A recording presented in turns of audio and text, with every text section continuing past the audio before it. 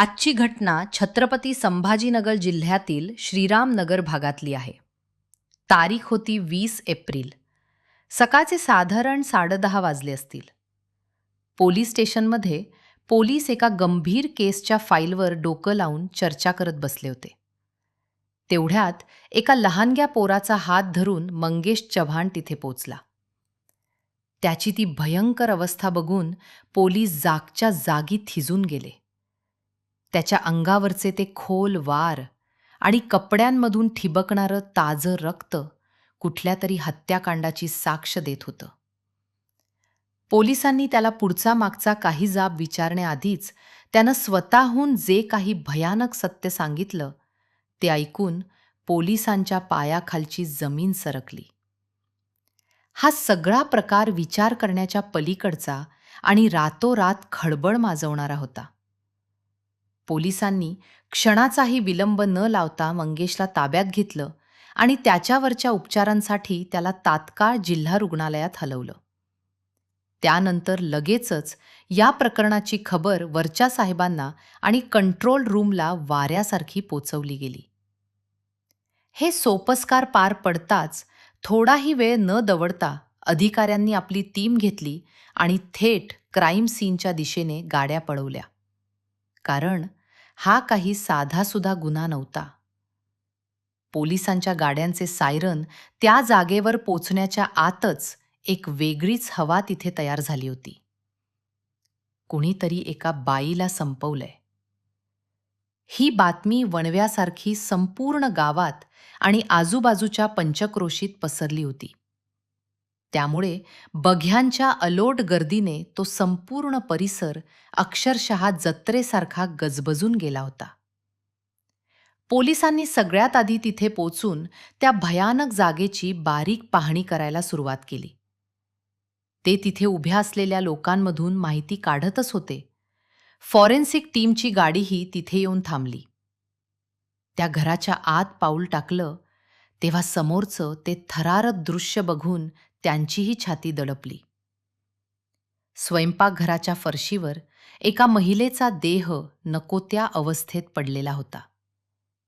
तो संपूर्ण crime scene एखाद्या कसायाच्या दुकानासारखा काळजाचा थरकाप उडवणारा दिसत होता. मयत बाईच्या अंगावर आणि विशेषतः डोक्यावर अत्यंत निर्दयीपणे केलेले खोल आणि जीवघेणे वार स्पष्ट दिसत होते. आणि ज्या हत्याराने हा खेळ खल्लास केला होता ती माखलेली कुऱ्हाड तिथेच एका बाजूला पडलेली होती. फॉरेन्सिक टीमने आपले नमुने गोळा करण्याचं काम उरकले. पोलिसांनी ती रक्ताळलेली कुऱ्हाड पुराव्यासाठी जप्त करून सील केली आणि तो देह पोस्टमॉर्टमसाठी जवळच्या सरकारी दवाखान्यात रवाना केला. चौकशीत असं निष्पन्न झालं की त्या महिलेचं नाव सविता होतं. याच दरम्यान निरोप मिळाल्यामुळे सविताच्या घरची मंडळीही तिथे आक्रोश करत येऊन धडकली. मुख्य म्हणजे आरोपी मंगेश याने स्वतःच आधी पोलीस स्टेशनमध्ये जाऊन या सगळ्या रक्तरंजित खेळाची कबुली दिली होती. त्यामुळे पोलिसांनी कुठलाही वेळ न घालवता थेट त्याच्याच नावावर खुनाचा गुन्हा दाखल करून घेतला. पण मंगेशने त्याच्या अंगावर झालेले ते जीवघेणे वार आणि स्वतःच्याच बायकोचा घेतलेला जीव यामागची जी काळीकुट्ट कहाणी पोलिसांना सांगितली ती अक्षरशः मेंदू बधीर करणारी होती. त्याआधी पटकन तुम्ही हा व्हिडिओ कुठून पाहताय हे कमेंट करून सांगा आणि व्हिडिओला लाईक पण करा. 40 वर्षाच्या मंगेश चव्हाणचे वडील रामभाऊ चव्हाण हे आंबेवाडी गावातले एक अत्यंत साधे आणि मातीत राबणारे शेतकरी होते. त्यांचा स्वभाव अगदी पाण्यासारखा निर्मळ आणि कोणाच्याही अध्यात्मध्यात नसणारा होता. गावातल्या कोणालाही काहीही अडचण आली तरी हा माणूस मदतीसाठी एका पायावर हजर असायचा. नेमक्या याच चांगुलपणामुळे संपूर्ण गावात त्यांच्या शब्दाला आदर होता. त्यांच्या घरात त्यांची पत्नी जनाबाई आणि त्यांच्या पोटी जन्माला आलेला मंगेश हा एकुलता एकच वंशाचा दिवा होता. गरिबी आणि परिस्थितीमुळे मंगेश जेमतेम हायस्कूलपर्यंतच शाळेची पायरी चढू शकला होता. हातात कुठलीही मोठी पदवी नसल्यामुळे त्याला कोणी चांगली नोकरी दिली नाही. म्हणून तो पोटापाण्यासाठी श्रीरामनगरमध्ये एका बिल्डरकडे साईटवर सुपरवायझर म्हणून काम करू लागला. सविता आणि मंगेश यांची पहिली नजरानजर इथल्याच एका कन्स्ट्रक्शन साईटवर झाली होती. सविता त्या काळात तिच्या घरच्यांसोबत एका सामान्य घरात राहायची. तिच्या कुटुंबाचा मुख्य आधार असलेले तिचे वडील हे खूप आधीच जग सोडून गेले होते. त्यामुळे तिच्या आईवर 2 तरुण पोरींच्या लग्नाची आणि संसाराची मोठी जबाबदारी येऊन पडली होती. घराची आर्थिक अवस्था बघायला गेलं तर अक्षरशः 18-20 गरिबी अशीच काहीशी होती. जगण्यासाठी आणि 2 घास पोटात ढकलण्यासाठी हे संपूर्ण कुटुंब लोकांचे डबे बनवून देण्याचं कष्टाचं काम करत होतं. मंगेश ज्यावेळी त्या कन्स्ट्रक्शन साईटवर कामाला लागला, तेव्हा त्याच्या दुपारच्या जेवणाची सोय याच सविताच्या घरून येणाऱ्या डब्यावर झाली होती. सविता दिसायला अगदी रूपाची खाण होती आणि तिचा स्वभावही जुन्या विचारांचा नसून एकदम आधुनिक आणि थोडा चंचल होता. मंगेशसारखंच तिच्याही नशिबात जास्त शिक्षणाची पाटी कोरीच राहिली होती. पण ती बोलण्यात इतकी चतुर आणि गोड होती की समोर कुणीही असो ती कुठल्याही भीतीशिवाय त्याच्याशी गप्पा मारत असे. सविताला पहिल्यांदा पाहताच क्षणी तो तिच्या रूपावर असा काही भाळला की त्याला दुसरं काही सुचेनासं झालं. जेव्हा जेव्हा तो जेवणाच्या डब्यावरून तिच्या घरी जायचा, तेव्हा त्याचं लक्ष जेवणाच्या ताटावर कमी आणि सविताच्या हालचालींवर जास्त असायचं. ती बनवत असलेल्या जेवणाची तोंड भरून स्तुती तर तो नेहमीच करायचा. पण त्या कौतुकासोबतच तिला खुश करण्यासाठी तो वरून जास्तीचे पैसे सुद्धा तिच्या हातावर टेकवायचा. मग हळूहळू सवितासुद्धा त्याच्या या पैशांच्या आणि प्रेमाच्या जाळ्यात स्वतःहून अडकत गेली. तिला तिचे ते मोठे मोठे शौक आणि हवेहवेसे वाटणारे रंगीन स्वप्न फक्त मंगेशच पूर्ण करू शकतो अशी पक्की खात्री वाटायला लागली. त्यामुळे तिने मनातल्या मनात कुठेतरी मंगेशलाच आपला भविष्यातला नवरा म्हणून स्वीकारायला सुरुवात केली. दोघांचेही विचार आणि मन जोडल्यावर त्यांनी रीतसर लग्नात अडकण्याचा एक पक्का निर्णय घेतला. जेव्हा ही प्रेमाची भानगड दोन्ही घरातल्या वडीलधाऱ्या माणसांच्या कानावर गेली, तेव्हा त्यांनीही या लग्नाला कसलाही नकार घंटा वाजवला नाही. त्यानंतर अगदी मोजक्या लोकांच्या उपस्थितीत आणि साध्या पद्धतीने या दोघांच्या लग्नाचा बार उडवून देण्यात आला. लग्न पार पडल्यानंतर मंगेश आपल्या या नव्या नवरीला घेऊन आंबेवाडीच्या जुन्या घरात राहायला आला. पण याच सुखाच्या काळात अचानक मंगेशच्या वडिलांचा मृत्यू झाला आणि संपूर्ण घराचा डोलारा त्याच्या एकट्याच्या खांद्यावर पडला. तरीही न डगमगता तो आपल्या कुटुंबाची ही जबाबदारी अतिशय प्रामाणिकपणे आणि नेताने पार पाडत होता. हातावरचं पोट आणि खाजगी नोकरी असल्यामुळे मंगेशला आठवड्यातून फक्त 1च दिवस सुट्टी मिळायची आणि तेव्हाच तो घरी परतायचा. फक्त एका रात्रीपुरता तो बायकोसोबत राहायचा. रात्रभर तिचा घाम काढायचा आणि दुसऱ्या दिवशी पहाटे पुन्हा कामासाठी वाट धरायचा. तो गेल्यावर त्या घरात फक्त मंगेशची ती म्हातारी आई आणि सविता एवढंच मागे उरायचे. या अशा गावरान आणि कोंडवाड्यासारख्या परिस्थितीत सविताला तिची ती स्वप्न आणि शहरातली मजा कुठेतरी नष्ट होताना दिसायला लागली. त्यात भर म्हणजे जुन्या वळणाच्या असलेल्या मंगेशच्या म्हाताऱ्या आईला सविताचे पुढचे बोलणे, फॅशनचे कपडे आणि तिचं वागणं अजिबात सहन होत नव्हतं. याच एका कारणावरून त्या घराच्या भिंतींना रोज नव्या वादाचे धक्के बसू लागले आणि सासू सुनेच्या भांडणांनी घराचं अक्षरशः बिग बॉस झालं. सुरुवातीला मंगेशनं आपल्या बायकोची समजूत काढण्याचा खूप प्रयत्न केला.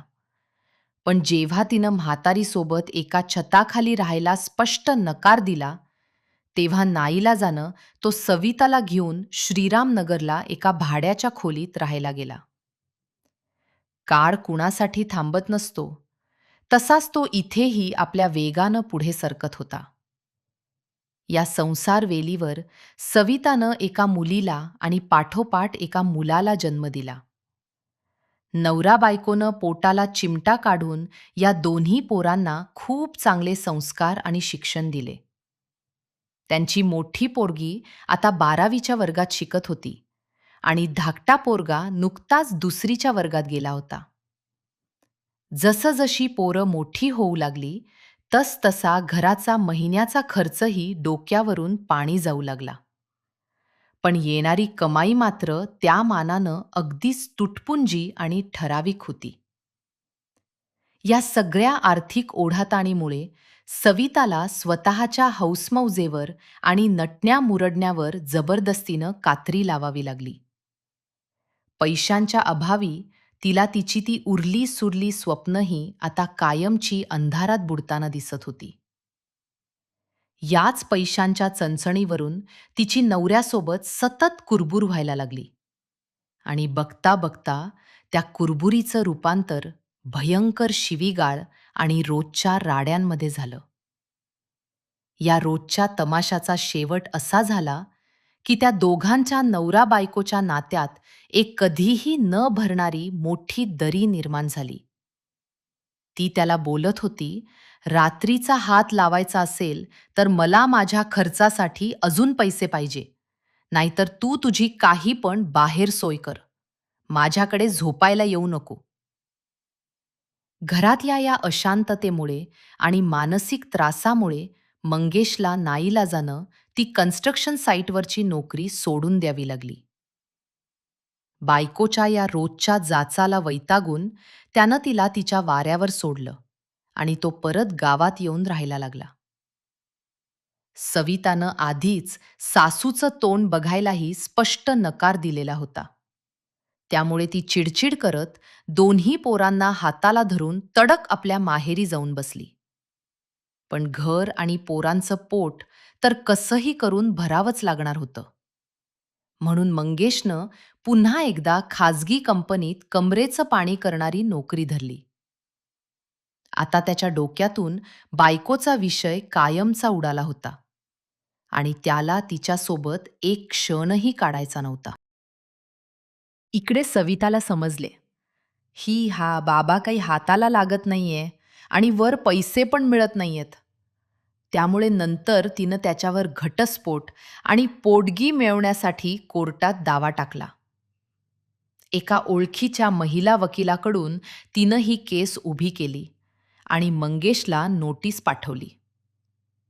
तिच्या या कायदेशीर हरकतीमुळे कोर्टानं तो घटस्फोटाचा निकाल काही काळासाठी बाजूला ठेवला आणि मंगेशला असा आदेश दिला की त्यानं सविताच्या उदरनिर्वाहासाठी तिला त्याच्या घरातला अर्धा वाटा राहायला द्यावा. कोर्टाच्या त्या कागदाचा आधार घेत सविता पुन्हा एकदा आपली दोन्ही पोरं घेऊन त्याच्याच घरात निम्मा हक्क सांगत राहायला आली. पण सविता आणि मंगेशच्या नात्यातली ती फाटलेली दरी तेव्हा आणखीच भयंकर रुंदावली, जेव्हा सविताच्या आयुष्यात कमलेश आणि प्रशांत गायकवाड यांची एंट्री झाली. प्रशांत हा एक समाजसेवक होता, जो गरिबांची सेवा करताना स्वतः श्रीमंत झालेला. तर कमलेश खुडे हा त्याचा अत्यंत विश्वासू आणि तगडा कार्यकर्ता होता. खरं सांगायचं तर कमलेश हा प्रशांतचा नुसता कार्यकर्ता नसून त्याचा उजवा हातच बनला होता. महिलांचे वेगवेगळ्या प्रकारचे मोठे इव्हेंट्स भरवणं आणि लोकांना प्रोत्साहन देण्याचे उपक्रमही ते जोमात करत होते. कमलेशनं सविताच्या रूपावर भाळून तिला जाळ्यात ओढण्यासाठी अगदी शिताफीनं तिच्या डोक्यात समाजसेवेचं खूळ पेरून दिलं. खरं तर सविता दिसायला काटा होती आणि वागायला भलतीच स्मार्ट होती. कमलेशची नजर जेव्हापासून तिच्यावर पडली होती, तेव्हापासून तो तिच्यासाठी पार वेडापिसा झाला होता. 2 पोरांची आई होऊनही तिची फिगर ही एकदम चांगली होती. योगायोगानं हा कमलेश तिच्या घराच्या एरियात राहत होता. कायद्यानं बघायला गेलं तर तो स्वतःही लग्न झालेला होता आणि त्याला घरात 2 पोरंही होती. तरीसुद्धा सविताला पाहिल्यापासून त्याच्या डोक्यात फक्त आणि फक्त तिचेच विचार रात्रंदिवस घुमत असायचे. खरं तर त्यानं समाजसेवेचं आणि मदतीचं खोटं कारण पुढे करून तिच्या उंबऱ्याच्या आत बाहेर करायला सुरुवात केली होती. कमलेशची समाजात चांगली ओळख असल्यामुळे सविता सुरुवातीपासून त्याला मान देत होती. जसजशी या दोघांमधली ओळख आणि जवळीक वाढत गेली, तसतसा त्यानं सविताच्या डोक्यात समाजसेवेचं आणि मोठेपणाचे रंग भरायला सुरुवात केली. अगदी सुरुवातीला सवितानं या सगळ्या राजकारणात फारसा काही रस दाखवला नाही. पण जेव्हा कमलेशनं तिच्या मागे सारखा तगादा लावला आणि तिला मोठी स्वप्न दाखवली, तेव्हा ती त्या कामात उतरायला तयार झाली.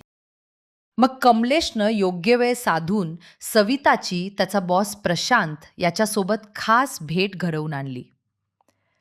प्रशांतनेही सविताचा तो बोलका स्वभाव आणि तिची हुशारी पारखून लगेच तिला एक चांगली पोस्ट देऊन टाकली. कामाचा पसारा आणि वजन एवढं मोठं होतं की आता सविताला प्रत्येक छोट्या-मोठ्या मीटिंगला आणि कार्यक्रमांना हजेरी लावणं भाग पडू लागलं. अशाच एका कार्यक्रमाच्या वेळी त्यांना संध्याकाळी निघायला थोडा उशीर झाला. रात्रीचे 9:45 वाजलेले. आता एवढ्या रात्री लांब परत घरी जाणं म्हणजे अवघड होते. कमलेशला पण माहीत होते की जायला रात्र होईल. त्यामुळे तो सविताला म्हणाला की काय करायचं?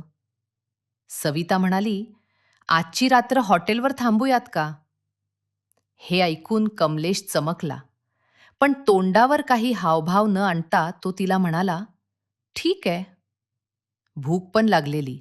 त्यामुळे त्यांनी जाताना एका रेस्टॉरंटमध्ये थांबायचं ठरवलं. पनीर आणि रोटी खाताना ते एकमेकांकडे बघत होते. जणू काही त्यांना आतल्या आत कळत होतं की आज काहीतरी होणार आहे. कमलेशनं काही विचार करून जास्त खाल्लं नाही आणि थोडंसं खाऊन हात धुला. मॅपवर सर्च करून पाहिलं तर 3 किलोमीटरवर एक हॉटेल होतं. जाताना तो सविताला म्हणाला की मला बियर प्यायची इच्छा होत आहे. तुला काही हवे आहे का? ती म्हणाली, "मला वेन चालेल." आणि अशा प्रकारे बियर शॉपमध्ये थांबून त्यानं त्या वस्तू घेतल्या.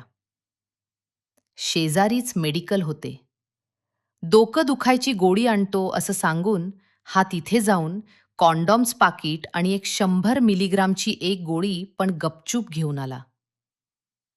आता गाडी डायरेक्ट हॉटेलच्या दिशेनं निघाली. तिथे पोचल्यानंतर कोणाला दिसणार नाही अशा जागी अंधारात त्यानं पार्किंग केली आणि सविताला म्हणाला, "तू पायरीवर जाऊन थांब, मी काउंटरवरून आलो." तिथे गेल्यावर त्यानं 2,000 देऊन एक एसी रूम बुक केली आणि वर ₹500 टीप देऊन म्हणाला की कोणाला डिस्टर्ब करायला पाठवू नको. 500ची नोट खिशात टाकत त्यानं रूमची चावी कमलेशच्या हातात दिली आणि म्हणाला, "साहेब, टेन्शन घेऊ नका. आपले हॉटेल चांगले आहे." त्यानंतर तो हातातल्या पिशव्या घेऊन रूमकडे गेला आणि दोघे आत गेल्यानंतर दार लावून घेतले. एसी लावल्यानंतर त्या खोलीत गार हवा पसरू लागली आणि दोघांनाही बाहेरच्या जगाचा विसर पडू लागला. काउंटरवर कॉल करून त्यानं बिर्याणी आणि 2 ग्लास मागवले आणि नंतर अर्धा दार उघडून पटकन सगळ्या वस्तू आत घेतल्या. मोबाईलवर गाणी लावून त्यानं स्वतःसाठी बियरचा ग्लास भरला आणि सविताला वेन दिली. थोडा वेळ गप्पा गोष्टी आणि 2-3 पेग झाल्यानंतर दोघे पण आता थोडे रिलॅक्स झाले होते. सविता त्याला सांगत होती की माझा नवरा हा भुरटा आहे. काहीच कामाचा नाही. थोडे पैसे मागितले हौस मौज करायला तर त्याच्या जीवावर येतं. पण तुमच्यामुळे आज मी मला पाहिजे ती साडी आणि मेकअपच्या वस्तू घेऊ शकते. कमलेश तिला म्हणतो, ही तर सुरुवात आहे. पुढे तुला अजून खूप फायदा होणार आहे. कदाचित एखादे घर पण मिळू शकते नवीन. आता हे ऐकून तर सविता अजून खुश होते आणि पेक पिताना खांद्यावरचा पदर खाली सोडते. समोर तिचा ब्लाऊज बघून कमलेशचे डोळेच उघडतात. आता तो उठून वॉशरूमला जातो आणि आतमध्येच आणलेली गोळी खातो, कारण 1 तास आधी ती खावी लागते. बाहेर येऊन तो थोडं पाणी पितो आणि तिच्याशी गप्पा मारू लागतो. अर्ध्या तासानं दोघे पण चांगले चिंग झाले आणि गाण्यावर डुलू लागले. सवितानं उठून त्याला हात पुढे केला आणि सोबत नाचण्यासाठी बोलावले. आणि नाचता नाचता त्यानं तिच्या मानेवर किस करायला सुरू केलं. सविताला वेन पिऊन पोटात गरम गरम जाणवत होते. त्यात हा कमलेश चोळायला सुरुवात करतो. त्यामुळे ती अजून गरम होत होती. एसीमध्ये तिला घाम फुटू लागला आणि तिनं तिची साडी ढिल्ली केली. त्यानंतर या कमलेशनं पॅन्ट लूज केली आणि छोटा कमलेश बाहेर काढला.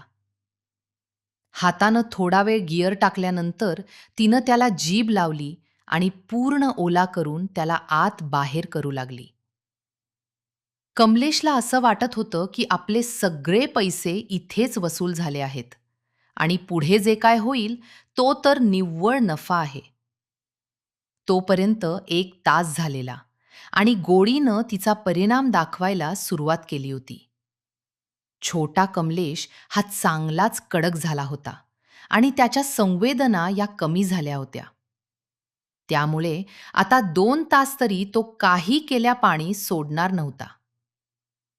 सवितानं साडी सोडून दिली आणि कमलेशला बेडवर पाडून त्याच्या वर बसली. कनेक्शन सक्सेस झाल्यावर तिनं उड्या मारायला सुरुवात केली आणि कमलेश पण त्याची कंबर हलवून परफेक्ट धक्के देत होता. थोड्या वेळानं तिचे पाय दुखू लागल्यानं ती उलटी झोपून गेली आणि कमलेशनं मागून धक्के सुरू केले. त्याचा स्पीड आणि स्टॅमिना बघून तर ती शॉकच झाली होती. चांगला 2 तास तिचा घाम काढल्यानंतर शेवटी त्यानं पाणी सोडले आणि बाजूला झाला. रात्री दोघांनी शॉवरमध्ये गरम पाण्यानं एकत्र अंघोळ केली आणि राहिलेली बिर्याणी खाऊन एकमेकांच्या कुशीत तसेच बिना कपड्याचे झोपून गेले. सकाळी 10:15 वाजता चेकआउट करून त्यानं तिला तिच्या घरी सोडले. आणि अशा प्रकारे दोघांनी महिन्यातून 2 ते 3 वेळा हा असा कार्यक्रम सुरू केला. या नव्या राजकीय आणि सामाजिक व्यापामुळे सविताचं घरातलं लक्ष उडालं आणि ती स्वतःच्या पोरांना सोडून बाहेरच्या जगात जास्त वेळ घालवू लागली. घराची आणि पोरांची होणारी ही वाताहत बघून मंगेशच्या तळपायाची आग मस्तकात जायला लागली. त्यानं अनेकदा तिला पोरांच्या भविष्याची जाणीव करून देत 4 गोष्टी समजावण्याचा प्रयत्न केला.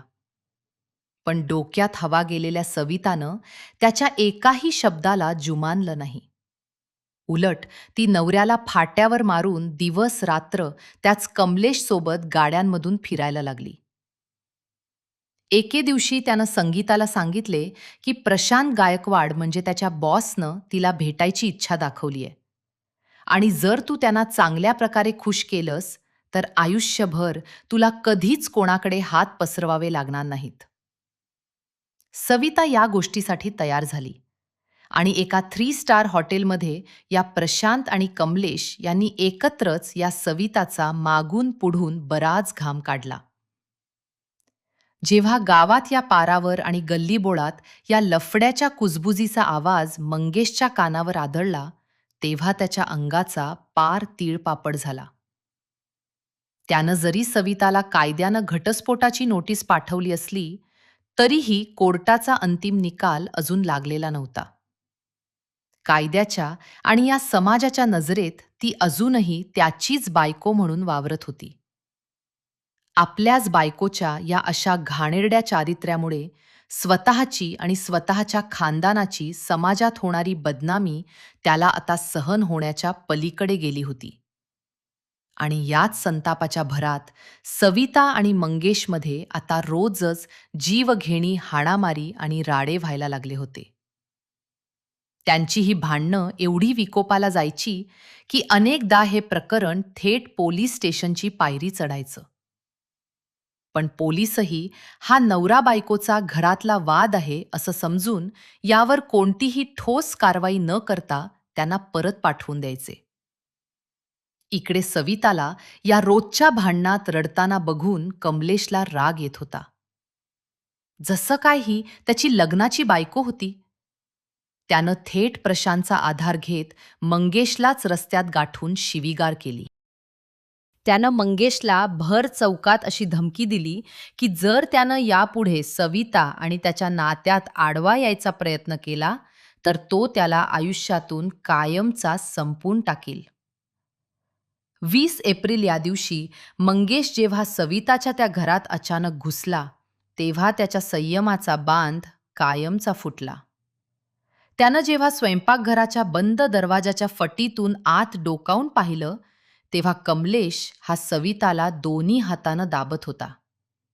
ते बघताच त्याच्या डोळ्यासमोर अंधारी आली आणि त्याच्या रागाचा भडका उडाला. त्याला थोडाही ताबा ठेवता आला नाही आणि घाणेरड्या शिव्या घालत त्यानं तो दरवाजा लाथा मारून तोडायचा प्रयत्न सुरू केला. हा भयानक गोंधळ आणि आदळआपट ऐकून आजूबाजूचे लोकही तिथे जमायला लागले. बाहेरच्या लोकांना आत नक्की काय चाललंय हे समजायच्या आतच तो दरवाजा जोरात उघडला गेला आणि हातात कुऱ्हाड घेऊन कमलेशच बाहेर आला. बाहेर येताच क्षणी त्यानं कसलाही विचार न करता ती कुऱ्हाड थेट मंगेशवर चालवली. पण मंगेशनं चपळाईनं कुऱ्हाडीचा पहिला जीवघेणा वार स्वतःच्या हातावर झेलला आणि तो बचावला. कमलेशनं दुसरा वार करण्याच्या आतच मंगेशनं स्वतःला सावरलं आणि संपूर्ण ताकदीनं कमलेशला असा काही धक्का दिला की तो फरशीवर आपटला. त्याच्या हातातली कुऱ्हाड खाली पडली आणि क्षणाचाही विलंब न लावता मंगेशनं ती आपल्या हातात घेतली. स्वतःवर झालेल्या या थेट हल्ल्यामुळे मंगेशच्या डोक्यातलं रक्त आता पूर्णपणे सळसळायला लागलं होतं आणि तो वेड्यासारखा झाला होता. त्यानं हातातली ती कुऱ्हाड हवेत उगारली आणि कमलेशवर वार करण्यासाठी खाली आणली.